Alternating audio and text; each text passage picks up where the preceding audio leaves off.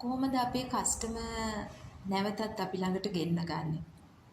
අපි ඒ ගැන කතා කරමු. ඔයා රෙදි මහන කෙනෙක් නම් අනිවාර්යෙන්ම ඔයාට මේ වීඩියෝ එක වැදගත් වෙයි. ඒ නිසා අහන්න. ඉතින් කස්ටමර් කෙනෙක් ඔයා ළඟට ඇවිල්ලා ඩිසයින් එක පාර දුන්නට පස්සේ ඔයා ඒ රූප සටහන පොතේ ඇඳගෙන මෙෂර්මන්ට් එක අරගෙන විතරක් මදි. ඒ කස්ටමර්ට ටිකක් ඔයා කිට්ටු වෙන්න ඕන. ඒ කියන්නේ එයාට ඔයා හොඳ ගුණ යහපත් කෙනෙක් කියලා එයාට හැඟෙන්න ඕන. ඒ කියන්නේ කස්ටමර් කෙනෙක් බලාපොරොත්තු වෙනවා අර මහන කෙනා හොඳ එයත් එක්ක සුහදශීලීත්වයක් ඇති කරගන්නවට. මොකද එයාගේ ඩිසයින් එක එයාට ගැළපෙනවද නැද්ද කියන එක කතා කරගන්න පුළුවන් සුහදත්වයක් ඇත්තටම එයා බලාපොරොත්තු වෙනවා. මොකද ඔයා ලස්සනට එයාගේ ඇඳුම මාලා දුන්නොත් එයා ලස්සන වෙන්නේ.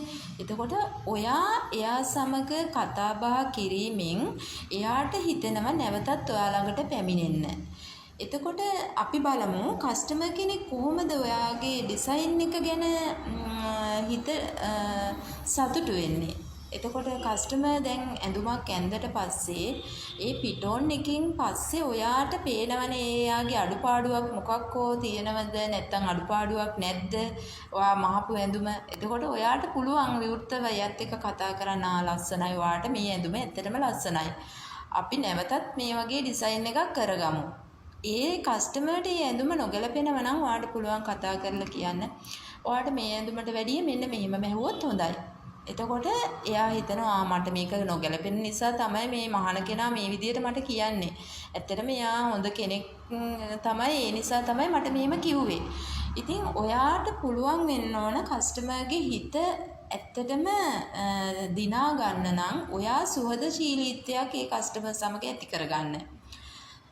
ගොඩාක් අපි මනුස්සෝ හැටියට අපේ ගුණගරුකත්වය ඇත්තටම හරිම වටිනවා. අපි ගුණගරුක මිනිස්සෙක් වෙනවා නම් ඒක ගොඩාක් මේ සමාජයේ ජීවත් වෙන්න ඇත්තට මේක වටිනවා. කස්ටමර් කෙනෙක් එක්ක විතරක් නෙමෙයි අපි සමාජයේ පාරකට බැස්සහම ඇත්තටම අපි ඕනම කෙනෙක් එක්ක සුහදත්වයකින් ඉන්නවා නම් අපිට ඇත්තටම ජීවත් වෙන්න හරි ලේසි. අපි ටිකක් අර ගෙම්බර් පෙන්නනවා කියන්නේ අන්න එහෙම ගෙම්බර් පෙන්නනවා කියලා වචනයක් තියෙන්නේ අන්න එහෙම හිටියොත් අපේ කස්ටමර් නැවතත් අපි ළඟට පැමිණෙන්නේ නැහැ. මොකද එයා හිතනවා අපෝ එයා ළඟට නම් ආයි යන්නේ නැහැ නැවත මම එහෙම කියලා හිතනවා. ඉතින් ඔයා හැම තිස්සෙම හිතන්න ඕන අපේ කස්ටමර් නැවත අපි ළඟට ගෙන්න ගන්න නම් එයත් එක්ක සුහදව කතා බහ කරලා එයාගේ ඇඳුමේ මොකක් හරි අඩුපාඩුවක් තියෙනවා නම් ඒක තේරුම් කරලා දීලා නැවතත් අපි මේ ඇඳුම මේ විදියට මහන්න නැතුව වෙන විදියක් මහමු කියලා කතා බහ කරලා අන්න එහෙම සුහදත්වයක් ඇති කරගන්න. ඔයා හොඳ මිත්‍රත්වයක් එයා සමග ඇති කරගත්ත තාක්කල් ඔයා ළඟට එයා එනවා.